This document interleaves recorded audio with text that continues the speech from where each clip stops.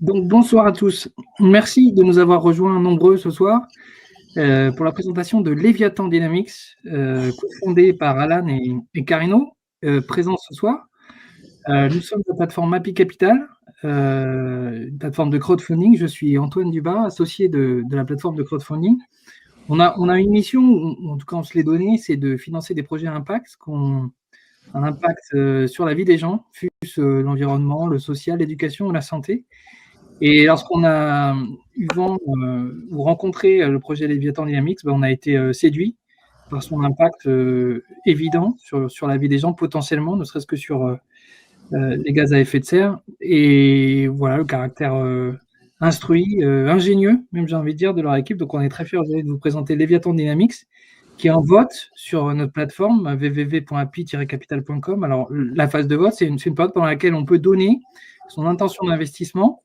L'idée de manière sous-jacente étant que à partir d'un certain montant agrégé collecté par les particuliers d'intention d'investissement, eh bien, on passe la campagne dans ce qu'on appelle sa phase publique, c'est-à-dire une phase où on collecte, j'ai envie de dire pour de vrai, les investissements. Ce ne sont plus seulement des intentions, mais des investissements en bonne et due forme. Il se trouve que Leviathan Dynamics a franchi la barre qu'on s'était fixée de 50 000 € d'intention d'investissement, donc bravo à eux.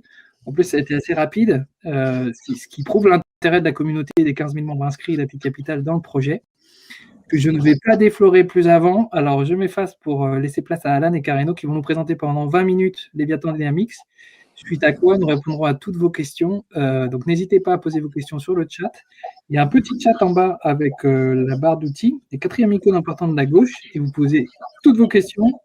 On y répondra dans les 40 minutes, puis suivront leur présentation. Carino, Alan, c'est à vous. Merci.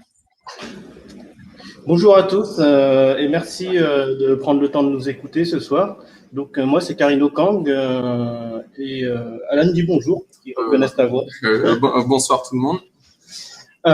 Donc Alan et moi on a fondé la société Leviathan Dynamics il y a plus de 4 ans maintenant. On a créé ça en fin 2016 et on a créé cette société sur un constat, je dirais, de plus en plus évident pour tous, c'est qu'on est en plein réchauffement climatique.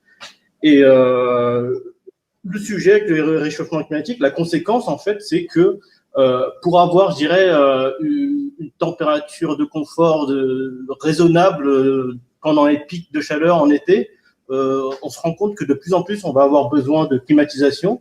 Et on a créé justement Leviathan Dynamics parce que nous, en tant qu'ingénieurs, on connaît en fait l'impact des climatiseurs sur le réchauffement climatique. Et on s'est demandé comment on pouvait produire une solution qui pourrait répondre aux besoins futurs et de façon durable aux besoins en froid de la société sans forcément, je dirais, augmenter en fait l'impact des systèmes de froid sur le réchauffement climatique. Et c'est pour ça qu'on a créé Leviathan Dynamics. Je vais laisser Alan vous présenter dans les détails les problématiques de la production de froid. Très bien. En fait, on va revenir un petit peu à la base, sans rentrer dans la technique, la base d'un système de production de froid. Donc, en fait, à la base, un système de production de froid tel qu'un climatiseur, un réfrigérateur ou même une pompe à chaleur a besoin de 2 choses. Déjà, de l'énergie, en général sous forme électrique, et d'un réfrigérant. Donc, c'est un fluide qui va permettre de réaliser le cycle thermodynamique qui permet de transférer les calories d'un environnement vers un autre. Le souci de ces systèmes qu'on trouve dans le commerce aujourd'hui, c'est que ces fluides, ils peuvent être dégazés dans l'atmosphère de par les fuites et un recyclage plus ou moins efficace. Et ce qu'il faut savoir, c'est que ce sont des fluides qui sont très nocifs pour l'environnement. On estime qu'il y a à peu près l'équivalent de 1 milliard de tonnes de CO2 de par le rejet de ces fluides qui sont émis chaque année dans l'atmosphère. 1 milliard de tonnes de CO2, c'est l'équivalent du trafic aérien mondial, des émissions émises par le kérosène des avions. Du coup, l'Europe a décidé de réglementer l'usage de ces réfrigérants et de les interdire avec des calendriers qui ont déjà commencé. Donc, ce qu'il faut savoir, c'est que ces fluides, on les appelle plus communément les HFC. Donc, dans l'ancien temps, il y avait ce qu'on appelait le fréon. Donc, ils ont été bannis et remplacés par ce qu'on appelle les HFC. Ces réfrigérants vont être amenés à disparaître de par la nouvelle réglementation européenne et les réglementations des autres pays. Et les alternatives qui sont proposées sont soit des alternatives tout aussi chimiques, donc telles que les HFO, ou des réfrigérants dits naturels tels que des ammoniacs, des hydrocarbures ou du CO2. Ces alternatives n'offrent pas des avantages complets en termes d'impact environnemental et de toxicité et de pollution de l'environnement. Et nous, en fait, on s'est attardé sur l'utilisation de l'eau comme réfrigérant qui offre toutes les garanties de sécurité, de toxicité, enfin de non-toxicité, et qui permettent de manipuler dans de bonnes conditions ce fluide. Donc, utiliser l'eau comme réfrigérant, c'est pas nouveau, hein, ça fait des dizaines d'années que les gens travaillent sur le sujet. Mais ce qu'il fallait, c'était… Ah, tu as mis la caméra? Ok. Du coup, qu'est-ce que je disais? Conception, mince, je reviens. Tu disais que ça faisait des dizaines d'années que les gens essayaient d'utiliser l'eau pour refroidir. Oui, voilà. Et ce qui se passe, c'est que c'est pas forcément évident, c'est-à-dire qu'il est nécessaire d'avoir des composants spécifiques pour utiliser l'eau comme réfrigérant. Et comme il n'y avait pas on va dire, de composants adaptés à notre application, du coup, on a décidé de les développer. Et donc, le cœur du process, c'est le compresseur. Donc, c'est un compresseur de vapeur d'eau qui est capable donc de pouvoir comprimer de la vapeur d'eau dans les conditions de température souhaitées. Et on a travaillé sur un deuxième aspect qui était d'optimiser la consommation énergétique de cette machine. Pour faire simple, on utilise l'eau à la fois comme fluide de travail et fluide de transfert de calories vers le procédé client. Et de ce fait, en fait, on peut obtenir des gains énergétiques d'au moins 30% en utilisant un nouveau cycle thermodynamique qui a été également breveté. Donc, ces deux solutions qui ont été mises au point ont été intégrées dans un prototype, dans un premier prototype qui sera un produit qui est un groupe froid pour application industrielle. Donc, un groupe froid, en fait, c'est une machine thermodynamique qui permet de fournir de l'eau froide à température modérée à un procédé client.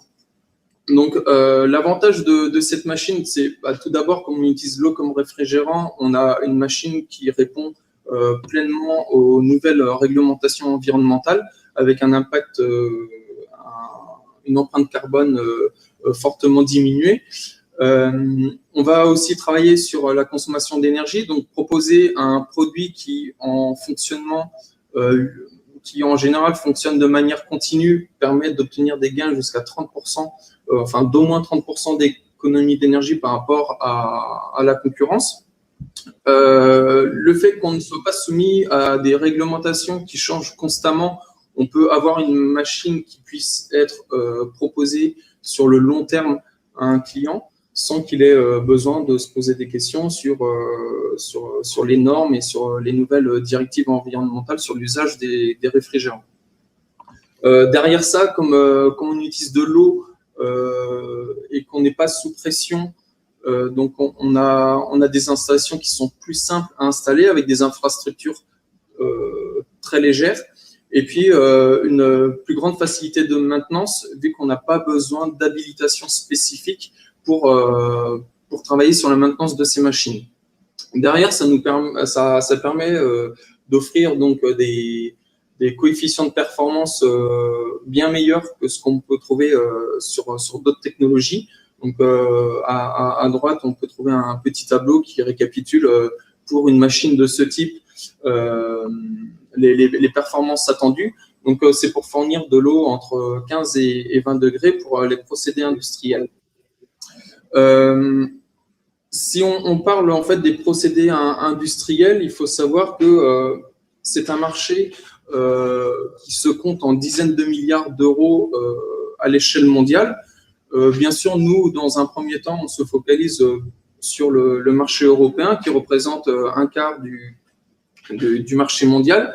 Et sur le marché des petites puissances, on est quand même sur un marché adressable de l'ordre de 4 milliards d'euros, avec une croissance proche des 10% annuels, et avec la nouvelle réglementation des gaz, on va pouvoir avoir des taux de croissance encore bien meilleurs dans les années à venir. Typiquement, les applications des gros fours industriels, c'est très varié. Ça va être, on va aller dans la plasturgie pour refroidir les moules d'injection plastique afin d'augmenter les cadences. L'industrie de la mécanique qui a besoin de refroidissement constant de leurs machines et proches d'usinage. Dans les infrastructures électriques, les réseaux, tout ce qui est armoire électrique, relais de télécommunications, data center, serveurs d'entreprise, il y a un besoin en froid constant sur des températures de 15 à 20 degrés.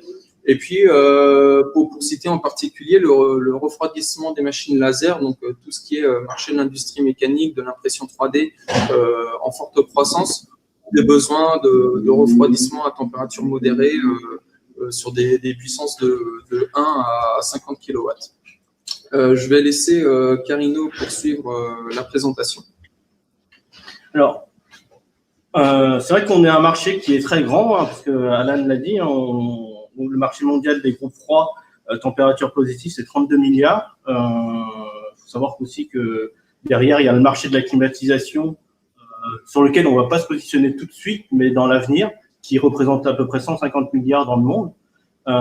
Mais sur le focus industrie, on se rend compte qu'en fait, sur ces applications qu'Alan a énoncées, voilà, il y a beaucoup de concurrents,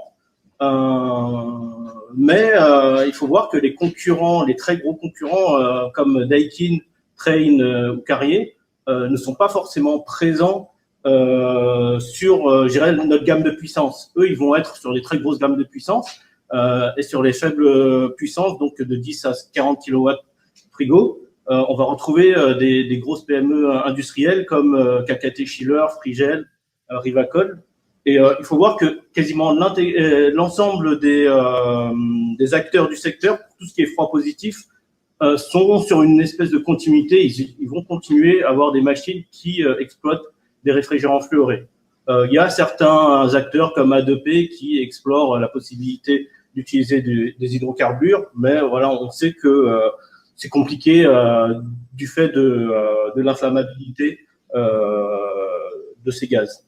Parmi ces concurrents, il faut noter qu'il y a Efficient Energy qui est, je dirais, qui est notre principal concurrent sur une technologie similaire. C'est-à-dire qu'en fait, ils ont été les pionniers, faut admettre ce qui est, sur l'utilisation de l'eau comme réfrigérant. Ils ont été créés en 2006. Ils ont développé pendant une dizaine d'années la machine. Ils ont commencé à commercialiser en 2017. Et aujourd'hui, ils ont plus d'une centaine de machines qui fonctionnent. La différence qu'on a avec Efficient Energy, c'est vrai qu'on se positionne à peu près sur les mêmes marchés, mais nous, on a fait un choix, je dirais, plus ambitieux d'un point de vue technologique. C'est-à-dire que eux, ils sont partis sur une technologie de compresseur avec un seul étage de compression, donc ils sont limités en fait en taux de compression. Et en fait, il faut savoir que le taux de compression est proportionnel à l'écart de température entre la zone chaude et la zone froide. Et ce qui fait qu'en fait, que pour avoir un écart de température intéressant à exploiter dans l'industrie, ils sont obligés de mettre deux compresseurs en cascade pour pouvoir faire un delta entre 20 et 30 degrés. Nous, avec notre technologie, en fait, on peut directement, grâce à notre compresseur qui a 2 étages de compression, on peut ne mettre qu'un seul compresseur, ce qui fait qu'en fait, nos machines sont beaucoup plus simples et donc beaucoup moins onéreuses que celles d'efficiente énergie. Derrière, ils sont sur une architecture, je dirais, traditionnelle, hein, c'est-à-dire qu'ils séparent la partie production de froid et la partie transport du froid vers les procédés. Nous, on a vraiment fait le choix d'avoir la meilleure efficacité énergétique et donc on a réfléchi justement à comment emmener l'eau réfrigérant et l'utiliser comme caloporteur. En fait. Donc voilà, c'est les principales différences qu'on a avec Efficient Energy. En termes de business model, nous, on s'est basé sur… on veut bousculer, je dirais, les pratiques traditionnelles. Plutôt que de vendre la machine et gérer un contrat de maintenance, ce qu'on va proposer aussi en parallèle, nous, ce qu'on veut pousser, c'est la vente de frigories. C'est-à-dire, c'est un modèle où l'industriel ne va pas forcément investir dans la machine, mais il va surtout utiliser, il va payer ce qu'il consomme en termes de frigories. Donc, c'est une vente de service. Derrière, nous, ce qu'on peut faire, c'est garantir les performances énergétiques et garantir la disponibilité de nos machines. Et ça, c'est un modèle qui est rentable aussi bien pour l'exploitant que pour nous, puisque pour l'exploitant, il n'a pas forcément besoin d'investir et donc de sortir du cash pour disposer de la machine. Derrière, ça lui donne une espèce de garantie aussi de confiance dans le fait que c'est Léviathan qui investit dans la machine. Et donc, derrière, si on investit dans la machine, c'est que quelque part, on a confiance dans sa robustesse. Et ça, en fait, c'est dans l'industrie, c'est très important puisque voilà, les industriels sont très demandeurs de ce genre d'innovation, mais ils ont toujours peur d'utiliser des nouveaux produits parce que un nouveau produit qui ne fonctionne pas, c'est des pertes d'exploitation directement pour lui. Et donc, la difficulté pour des startups comme nous, c'est de donner confiance à ces industriels. Et à travers ce modèle, on peut leur donner confiance. Voilà. En termes de ROI, on s'y retrouve aussi bien, je dirais, en coût total d'opposition. En fait, ce modèle est moins cher du fait de la réduction, je dirais, de la consommation énergétique sur les 2 premières années. Et ça reste rentable même sur une dizaine d'années d'exploitation, voire plus, parce qu'en fait, nous, derrière ce modèle, en fait, nous, on va garantir que la machine est suffisamment bien maintenue pour qu'elle puisse durer très longtemps, donc plus de 10 ans en durée de vie. Voilà, on a un objectif que la machine dure au moins 20 ans en durée de vie. Et derrière, nous, voilà, nos concurrents, eux, ils ont le problème qu'il y a toujours une incertitude et souvent, les machines, même si elles peuvent continuer à être maintenues au bout de 10 ans, on sait que la réglementation change voilà, quasiment tout le temps, tous les 10 ans. Et donc, souvent, les exploitants doivent changer leur machine, leur groupe froid, au bout de 10 ans d'exploitation. Et ce qui fait que, en fait, quand on calcule les coûts totaux de possession, au bout de 10 ans, il faut compter pour la concurrence, il faut compter l'achat d'une nouvelle machine. Alors, la stratégie d'expansion, nous, l'idée, c'est d'abord de faire des expérimentations. Hein. Donc là, on a plusieurs marques d'intérêt. On peut pas aller partout. Hein. Là, on a, je dirais, un partenariat avec un industriel. Bon, là, on a un petit comité, on peut vous le dire. On travaille avec Ariane Group pour justement installer un pilote en Guyane, parce que faut savoir qu'en Guyane, le froid, c'est à peu près un quart de la consommation énergétique du site, du centre spatial. Et donc, voilà, pouvoir réduire de 30% la consommation énergétique du site, c'est assez énorme, surtout sur un territoire où il fait chaud toute l'année.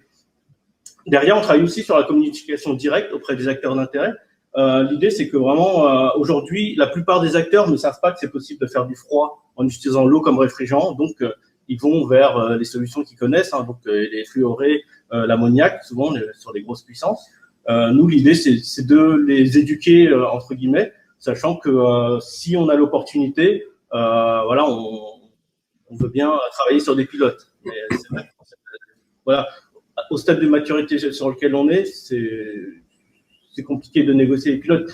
mais au moins, ils savent que voilà, il y a des travaux en cours qui permettront dans le futur d'utiliser des technologies beaucoup plus durables que ce qu'ils ont actuellement. Et derrière, pour exploiter, je dirais, pour déployer le plus rapidement possible la solution, on cherche aussi des partenaires avec des fabricants de systèmes de réfrigération classiques. Donc là, on est en discussion avec Frigel, avec Le Dietrich, bon, avec Erdal aussi, mais voilà, ils ont marqué leur intérêt.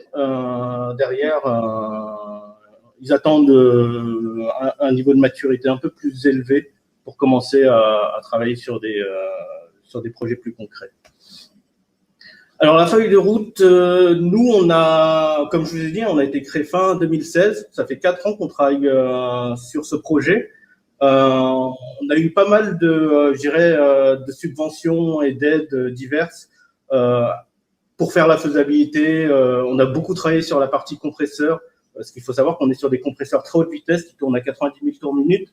Aujourd'hui, voilà, il y a, à part dans l'automobile où vous avez des turbocompresseurs, et encore, ils sont pas forcément électriques, et ils sont pas 2 étages de compression. Donc aujourd'hui, en fait, notre compresseur, c'est une technologie qui n'existe pas. Donc en 4 ans, on a réussi à développer cette technologie qui est assez, voilà, c'est une technologie de pointe, on peut dire ce qui est. On a aussi pu, voilà, on s'intéresse à un marché annexe parce que la partie 2 étages de compression, comme j'ai dit, c'est ambitieux, c'est plus ambitieux qu'efficiente énergie. Et aujourd'hui, on la maîtrise pas encore totalement, dans le sens où il manque encore des essais de robustesse. Il faut qu'on réalise justement, et c'est l'objet du pilote qu'on fait avec Ariane Group, c'est de valider la robustesse sur de la très longue durée, sur 1 an de fonctionnement. Mais en parallèle, on cherche à commercialiser un produit annexe qui est le TurbeVap, qui est une machine de traitement des effluents, qui utilise à peu près le même procédé. Donc, on évapore de l'eau, on comprime et on condense. Et ça permet de distiller. Peut-être, voilà, sur cette slide, vous voyez peut-être un peu mieux. L'idée, c'est les effluents industriels. Bon, je sais que je saute du coq à l'âne, mais on utilise à peu près le même procédé. Ça, c'est un produit qui est sur lequel on peut se positionner tout de suite, où la R&D est quasiment finie, et qui nous permet de ramener, je dirais, du cash rapidement. Voilà, l'idée, c'est vraiment, on évapore un effluent qui est composé de 80% d'eau, 20% de polluants, derrière, les vapeurs, on les comprime et on peut les condenser. Et derrière, en condensant, en fait, on envoie la chaleur dans les effluents, et ça permet d'entretenir à moindre coût, moindre coût énergétique, l'évaporation des effluents. Et ça, aujourd'hui, on est en pilote avec un grand acteur, je dirais, des traitements des eaux. Voilà. Par rapport aux prévisions financières, il faut savoir que voilà, en 2020, on n'a pas encore fait de chiffre d'affaires. 2021, on commence à avoir pas mal de contrats dans le pipe au niveau de la machine de traitement des effluents. On espère aussi signer quelques pilotes sur la partie froid. Par la suite, nous, l'objectif, c'est de commercialiser en 2022, fin du second semestre 2022. Et donc là, ça va commencer à démarrer vraiment à la fin de l'année 2022 sur la partie froid. Et par la suite, voilà, on espère atteindre dépasser 1 million d'euros en 2024 et aller sur une bonne pente de croissance. Il faut voir que voilà, sur les pertes, les gains, nous aujourd'hui, on arrive à avoir des résultats d'exploitation positifs parce que déjà on est beaucoup subventionné, donc on a beaucoup de subventions d'exploitation, mais aussi on a beaucoup de crédits d'impôt recherche, ce qui fait qu'on arrive à avoir voilà des résultats positifs. Voilà, à partir de 2022, on sait que ces aides-là vont se tarir. Et donc, c'est vrai qu'il faudra financer aussi ces pertes d'exploitation. Et après, Carino, il y a l'effet un peu mécanique de l'immobilisation de la recherche, le choix comptable que vous avez fait. Mais évidemment, s'il fallait qu'on regarde vos cash flows d'exploitation, ils seraient négatifs si on retirait. Donc c'est clair que les cash flows sont négatifs parce qu'on investit beaucoup dans du matériel. Okay. Pour la vente de services. Donc on a un peu dépassé, là on est à 26 minutes, messieurs, mais on arrive à la fin. Oui, c'est vrai. Bon, l'équipe, hein, aujourd'hui, il faut savoir qu'on est cinq personnes à temps plein. Donc, moi-même et Alan. On a embauché un docteur en énergétique, Marc, qui est aussi ingénieur en conception mécanique, et Adam, qui travaille sur les sujets de dynamique vibratoire. On a un comité scientifique aussi. Il y en a qui sont ici, qui participent à cette visio. Voilà, on est une entreprise à impact, hein, aussi bien sur la partie froid que sur la partie traitement des effluents. Voilà, ça peut faire sens d'investir dans ce type de projet.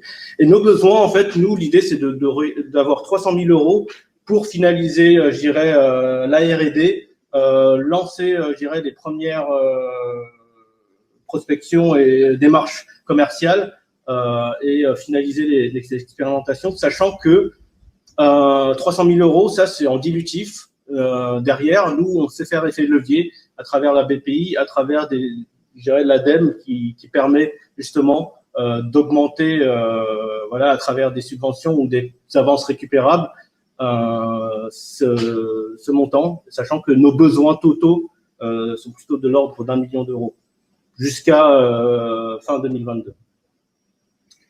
Voilà, merci pour votre attention. Donc, si vous avez des questions, on sera ravis d'y répondre.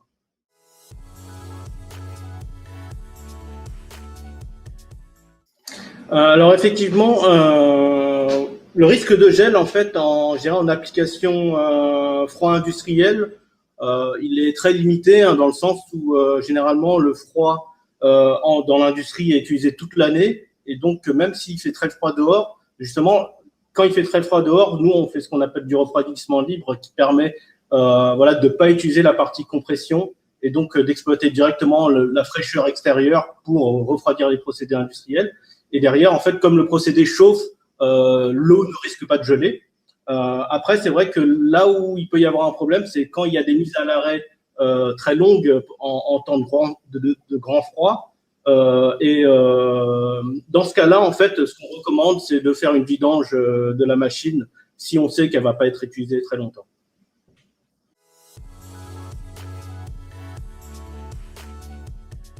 C'est vrai que réfrigération et pompe à chaleur, je dirais, c'est l'autre versant d'un même problème.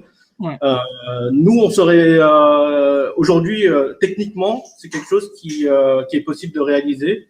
Après, il faut qu'on étudie, mais là, directement, je dirais que nous, on sait faire 30 degrés d'écart par étage. Si on veut monter de 70 à 130, il faudrait 2 étages, faire un petit peu comme Efficiente Énergie, mettre les cycles en cascade. Mais voilà, on peut étudier un pilote si…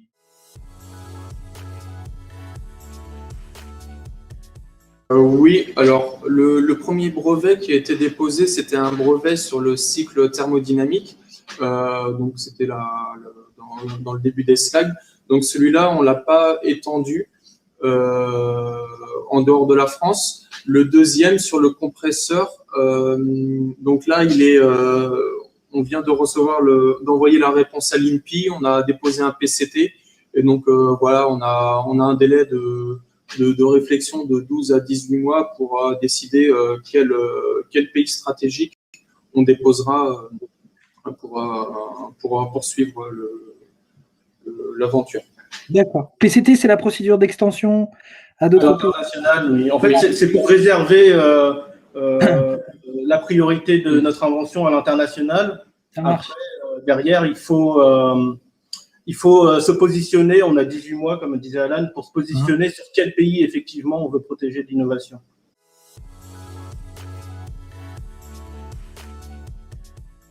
Je dirais que comme on n'est pas encore en phase de commercialisation, pour l'instant, il n'y a pas de vente à l'international. Mais on a des contacts avec surtout avec des fabricants, parce que comme je disais, on cherche quand même à intégrer notre technologie auprès des fabricants de chillers traditionnels, voilà, parce que eux, ils ont accès à des marchés auxquels nous, on n'a pas accès.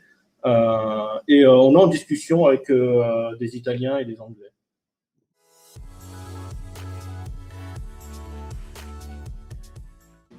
J'avais donné une partie de réponse, je dirais, lors de la présentation. Il faut aussi savoir que nous, on cherche à développer des produits durables. Donc, l'idée, c'est d'avoir des machines qui aient une durée de vie la plus longue possible. Et je dirais que on cherchait un business model qui soit compatible en fait avec cette notion de durabilité. Et c'est vrai que on peut pas rentrer dans le piège du voilà, si on vend une machine à un client, il faut qu'elle tombe en panne voilà tous les 2 ans pour avoir des coûts de maintenance et gagner de l'argent. Et donc on s'est dit voilà, si on veut faire des machines robustes sans que ça nous pénalise, le business model le plus adapté, c'est vendre du service. Comme ça, derrière, on met tous nos efforts pour avoir des produits qui soient robustes.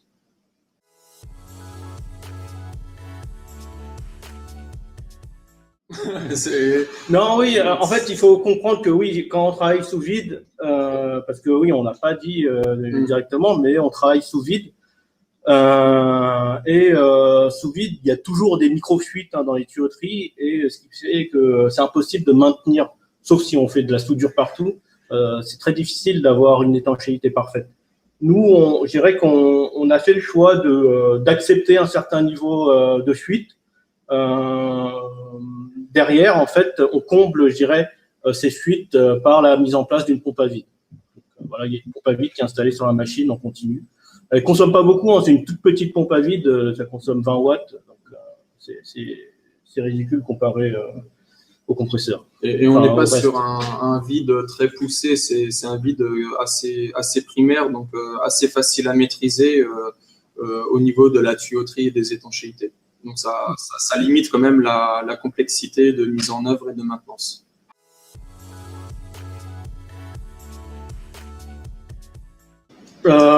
C'est vrai qu'on le néglige parce que, faut voir, le compresseur il consomme à peu près 2 kW, la pompe à vide elle va consommer 20 watts, 1%. On pourrait l'intégrer, mais.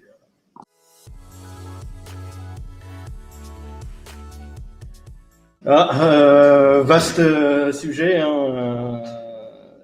C'est vrai que nous, comme je disais au début en introduction, voilà, on voit qu'on est en plein réchauffement climatique. On voit aussi, en tant qu'ingénieur, qui nous intéressons à l'environnement, la trajectoire qui est en train de prendre, je dirais, le climat. On n'est pas très confiant et sachant que c'est notre génération en fait qui va subir les émissions qu'on est en train de réaliser aujourd'hui, même si nos enfants ça sera encore pire pour eux. Nous on va déjà subir de grandes conséquences du changement climatique, du dérèglement climatique. Et voilà, en tant qu'ingénieur, effectivement, on se dit il faut trouver des solutions. Voilà, on contribue à notre échelle à réduire ces émissions parce que derrière, je dirais, effectivement, on a comme objectif de réduire l'empreinte de l'homme sur l'environnement aussi.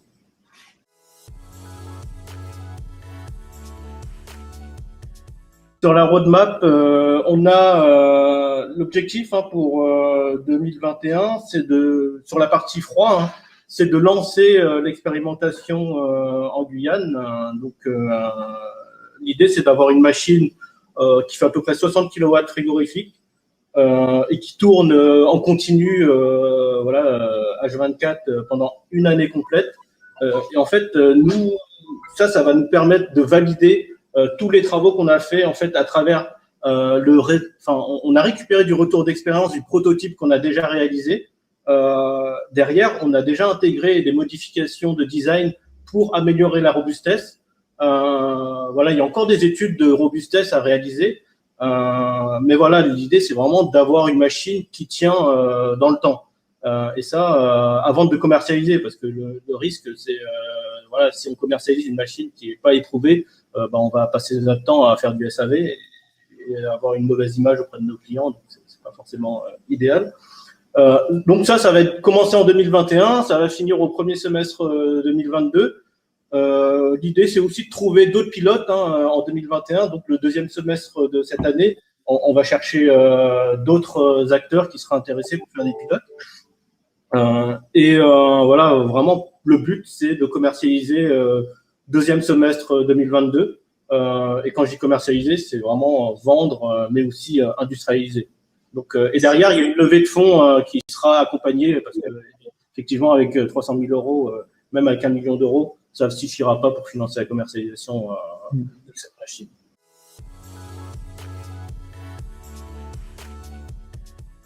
« 2022, c'est clair qu'on va faire une levée de fonds en série A.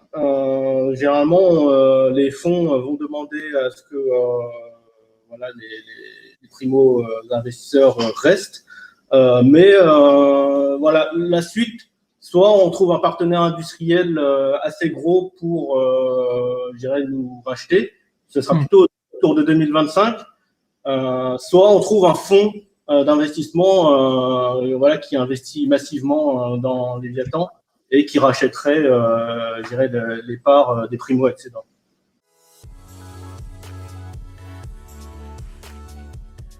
C'est vrai qu'aujourd'hui, vous imaginez, on est 5 ingénieurs, mais dans une machine frigorifique, il y a énormément de métiers. Il y a quasiment tous les métiers d'ingénierie qui existent, hein, donc que ce soit mécanique, thermodynamique, électrique, électrotechnique, procédés et j'en passe. Voilà, chaque ingénieur chez nous a plusieurs casquettes. Nous aussi, on a énormément de casquettes, et c'est vrai que aujourd'hui, c'est moi qui gère toute la partie commerciale, administrative, financière, plus tous les sujets techniques. Bon, on voit les limites d'avoir trop de casquettes. L'idée derrière la levée de fonds aussi, c'est d'avoir du support sur ces fonctions financières et commerciales.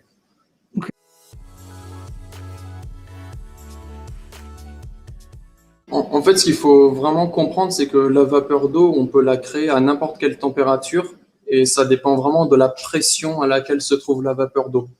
Donc, en fait, nous, ce qu'on fait, c'est on génère de la vapeur d'eau à 20 degrés. Et pour cela, en fait, notre circuit, il est sous vide. Et sous vide, en fait, à une pression donnée, on peut évaporer de l'eau et donc la transformer en vapeur.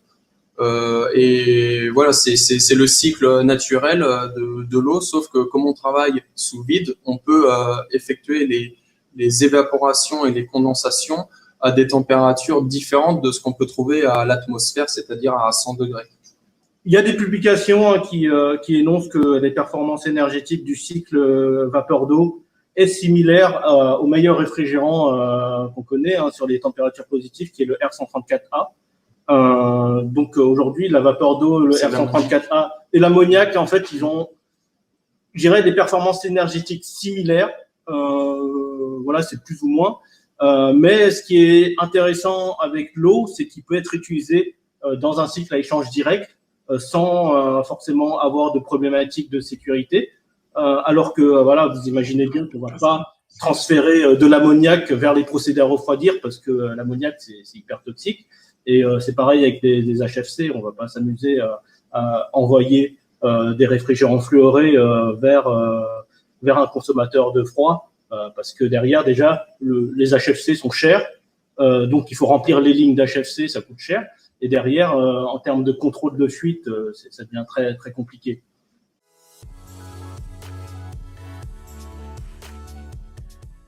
Alors, je ne sais pas si tu as réfléchi à la question, Alan, mais… Non.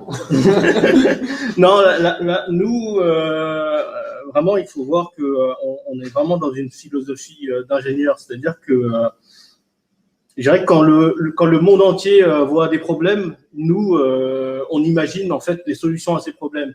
Et ça, on le vit tous les jours.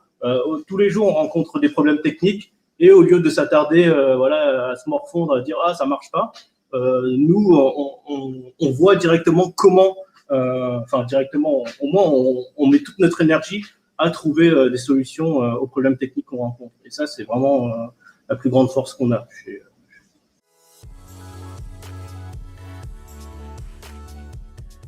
Nous, l'idée, peut-être comme je le comprends, c'est nous, vraiment, le cœur de métier, la chose que je dirais la plus technique dans la machine, c'est la partie compresseur. Ça, nous, on va l'industrialiser, on va continuer à le produire en interne, même sur le long terme. Derrière, les groupes froids, voilà, tous les fabricants de groupes froids, leur métier, c'est de prendre des composants, de les mettre ensemble et de le transformer en machine, d'assembler des machines à travers des composants. Donc nous, on va avoir cette activité groupe froid. Je pense qu'on va sous-traiter l'assemblage des groupes froids. Et derrière, on sera ouvert justement à ce que d'autres fabricants de groupes froids intègrent nos compresseurs. Mais derrière, nous, notre focus vraiment sur l'industrialisation, ça va être la partie compression. On va investir dans des outils de production pour avoir des compresseurs les moins chers possibles. Sachant que voilà, la difficulté dans ce genre de métier, c'est que nos concurrents, ils fabriquent des compresseurs par million. C'est ça ce qui leur permet d'avoir des coûts abordables. Nous, l'idée, c'est d'aller vers ces volumes-là aussi.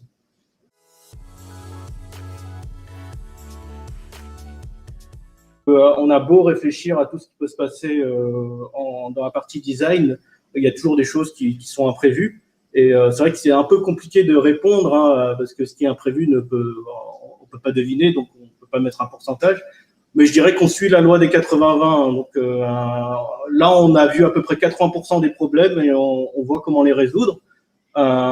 Derrière, on estime qu'il va y avoir 20% des problèmes qu'on n'a pas encore devinés et qui vont apparaître une fois installés sur site.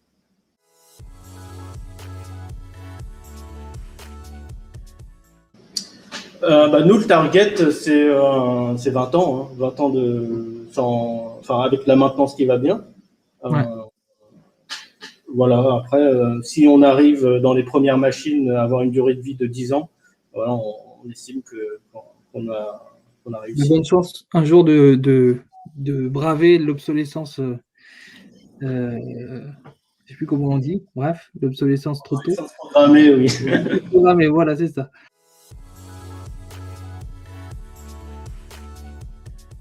Type qu'on a actuellement. Donc, c'est pas, je dirais pour l'instant, il y a des pistes d'amélioration qu'on va intégrer dans la prochaine version qui sera installée chez Ariane Group justement. Donc la température de travail, la température froide pour l'instant, nous on se limite à 15 degrés, sachant que demain, enfin dans le futur, on pourra aller à 7 degrés.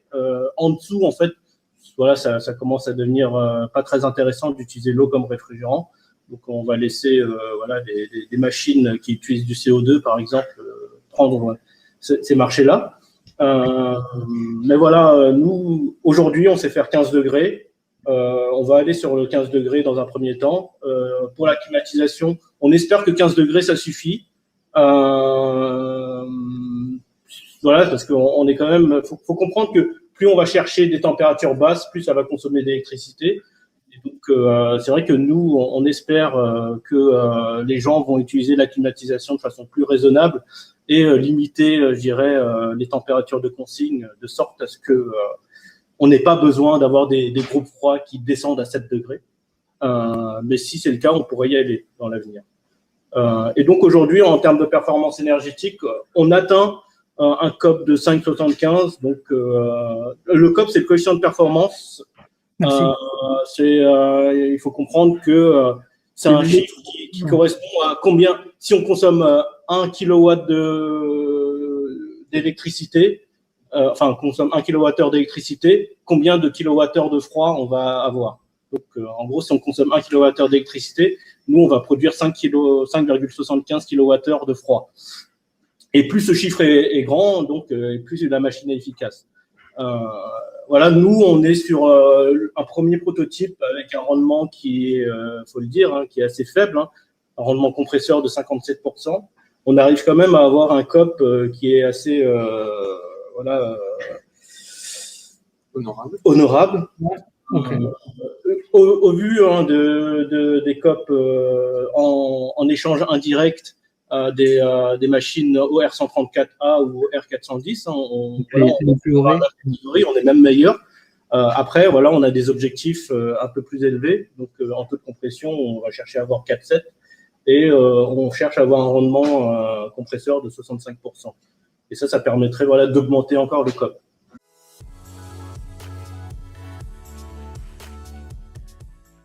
Alors, déjà, pour tous les prototypes que l'on réalise, on le réalise de manière industrielle.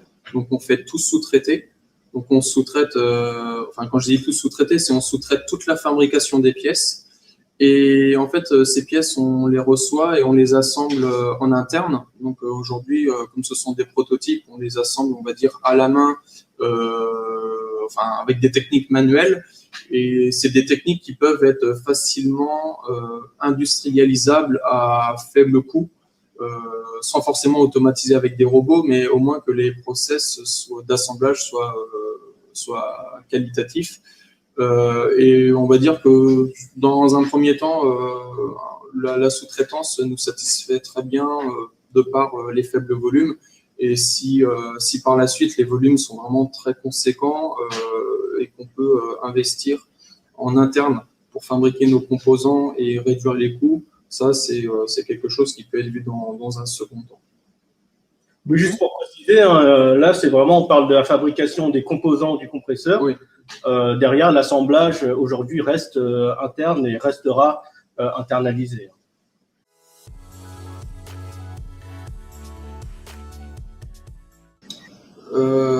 Sur Golgot, on a mené une campagne d'essai qui a duré à peu près 2 mois. Sur les 2 mois, on faisait tourner à peu près entre 4 et 8 heures par jour le compresseur, la machine complète. Il y a eu beaucoup de travail de montage, démontage de pièces. Globalement, on a pu réunir l'équivalent d'une centaine d'heures de fonctionnement dans plusieurs conditions de température.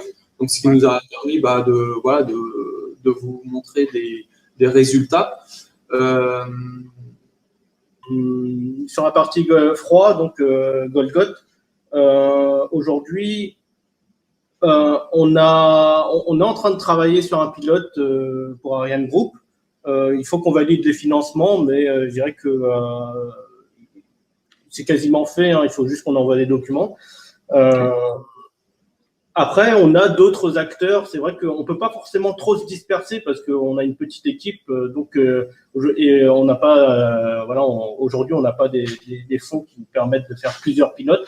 Demain, c'est vrai, c'est pour ça qu'à partir du second semestre, on va se concentrer à trouver d'autres pilotes.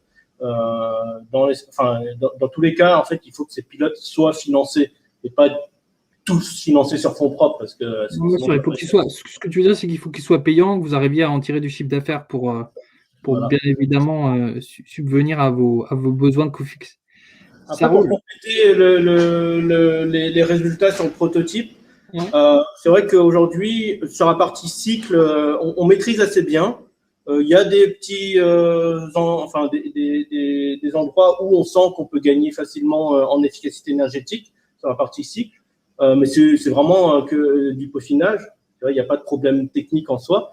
Les problèmes techniques qui sont plus autour du compresseur et en fait, on s'est rendu compte que il y a une grosse partie qui va être la gestion de la bonne lubrification et de l'environnement autour des paliers du compresseur, c'est-à-dire les roulements en fait.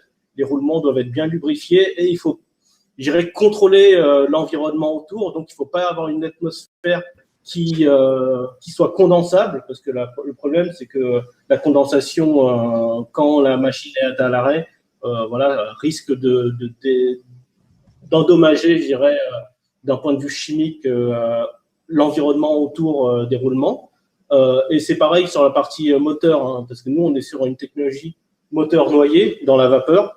Et c'est vrai que tant que la vapeur est surchauffée, la machine fonctionne bien.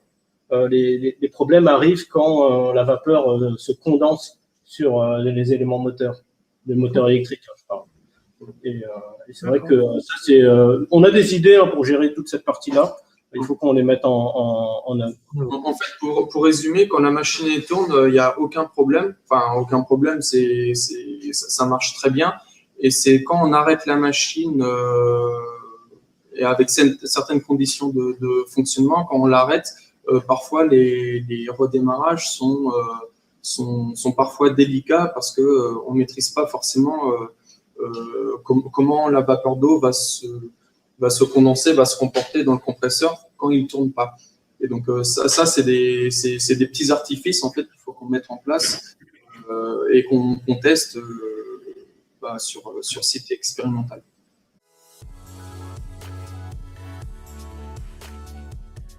Nous, l'avantage de cette technologie, c'est que comme c'est un fluide qui n'est pas dangereux, il n'y a pas forcément besoin d'avoir un suivi, je dirais, strict, de suivre la réglementation en fait. Parce que la réglementation est assez stricte sur les machines frigorifiques en termes de contrôle de fuite et de maintenance. Enfin, il y a beaucoup de choses à regarder. C'est vrai qu'il faut quand même faire des contrôles, mais je dirais que c'est pas dû à la réglementation. Avant que de vous quitter et de vous laisser conclure, messieurs, vous rappelez que le projet est en vote sur www.happy-du6capital.com. Le ticket minimum, c'est 594 € qui donne droit à une réduction d'impôt de 18%. C'est-à-dire que vous mettez 600 € et vous avez 18% de ces 600 € qui vous seront crédités l'année prochaine, en 2022, en juillet, que vous recherchez 300 000 € pour une valorisation pré-monnaie d'1 500 000 et que vous êtes en phase de vote avec une collecte déjà de plus de 50 000 €. Bravo, messieurs. Est-ce que vous êtes d'accord? On répondra à Jean-Damien hors ligne, vu le temps qui passe. Est-ce que vous vouliez conclure? Moi, je voulais juste vous dire merci beaucoup d'avoir pris le temps pour nous expliquer un peu plus avant le projet Léviathan. Et je voulais à tous vous dire merci d'avoir été si nombreux ce soir. Alan, Carino, je vous laisse le mot de la fin. On n'a pas prévu de conclusion. Sinon, je le fais, mais voilà. Enfin, je pense oui, c'est vrai que on est une équipe d'ingénieurs. Si vous investissez chez Léviathan, techniquement, vous êtes sûr que ça va marcher. Derrière, effectivement, on n'est pas aussi gourmand, je dirais, que d'autres startups plus typées marketing. J'ai rien contre les gens du marketing et les commerciaux, mais on voit la valorisation de certaines startups où derrière, on a l'impression qu'il n'y a pas grand-chose. Nous, derrière, il y a du concret. C'est un projet industriel. Derrière, on sait très bien que la France a besoin de réindustrialisation. Aujourd'hui, quasiment toutes les machines froides viennent soit des États-Unis et du Japon. Nous, on aimerait bien que cette production au moins reste en France. Donc, avoir un champion national sur la partie froid, c'est aussi une de nos vocations. Si vous investissez, vous croyez aussi que la France peut réussir dans l'industrie. On y croit avec vous. Alan, Carino, merci encore infiniment et puis à très bientôt sur notre site pour le lancement de votre campagne publique. Merci encore. Passez à tous une bonne soirée et un bon appétit. À très bientôt. Au revoir.